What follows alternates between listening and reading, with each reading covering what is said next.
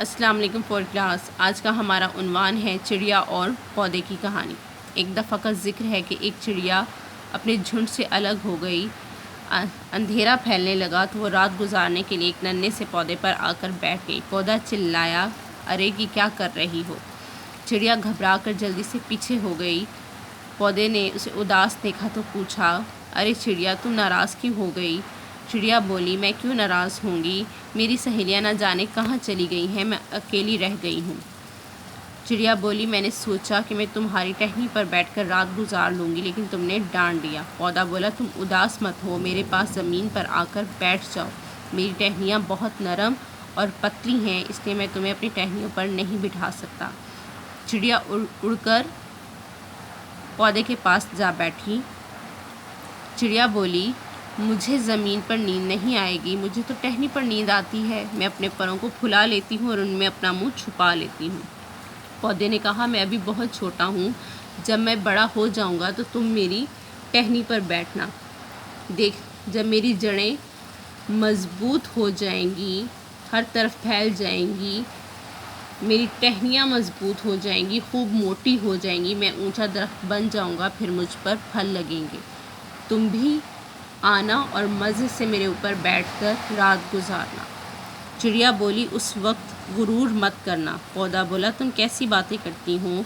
جب میری ٹہنیوں میں پتیاں ہوں گی، پھل لگے ہوں گے تو پھر میں جھک جاؤں گا، میں تو سب کی خدمت کروں گا، سب کے کام آؤں گا۔ چڑیا بولی، تم بہت اچھے ہو، اللہ تعالیٰ تمہیں بڑا بنائے۔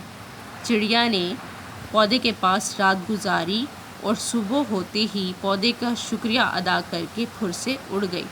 اس کہانی سے ہمیں سبق ملتا ہے کہ ہمیں ہمیشہ دوسروں کی خدمت کرنی چاہیے۔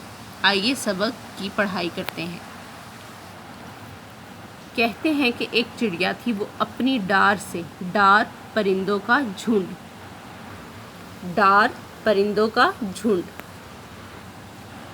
وہ اپنی ڈار سے بچھڑ گئی، الگ ہو گئی، جدا ہو گئی۔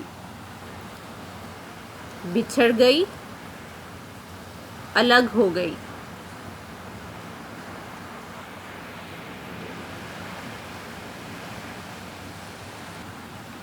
شام کا اندھیرا پھیلنے لگا تو وہ رات گزارنے کے لیے ایک ننھے سے پودے پر آ کر بیٹھ گئی۔ پودا کانپنے لگا اور چلایا، چیخنا یا فریاد کرنا۔ ارے یہ کیا کر رہی ہو؟ یہاں سے ہٹو، نہیں تو میں گرا۔ چڑیا گھبرا گئی اور جلدی سے پیچھے ہٹ گئی۔ پودے نے اسے اداس دیکھا تو پوچھا، اری بھی چڑیا تم ناراض ہو گئی؟ چڑیا بولی، بھلا میں کیوں ناراض ہونے لگی؟ مجھے تو یہ سوچ کر رونا آ رہا ہے کہ میں اکیلی ہوں، میری سہیلیاں نہ جانے کہاں چلی گئی ہیں، میں نے سوچا تھا تمہاری ڈالی پر، ڈالی ٹہنی یا شاخ،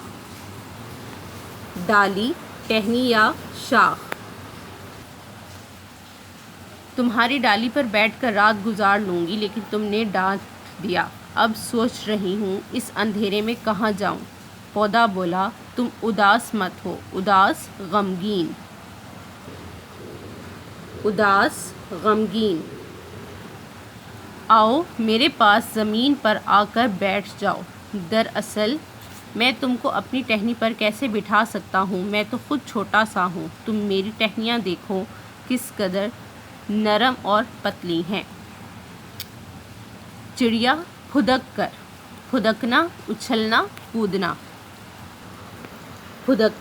اچھلنا یا کودنا۔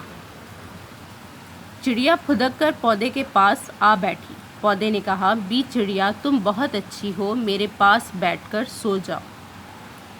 چڑیا بولی، زمین پر بیٹھ کر مجھے نیند نہیں آئے گی، مجھے تو ٹہنی پر نیند آتی ہے، میں اپنے پروں کو پھلا لیتی ہوں، پھیلا لینا،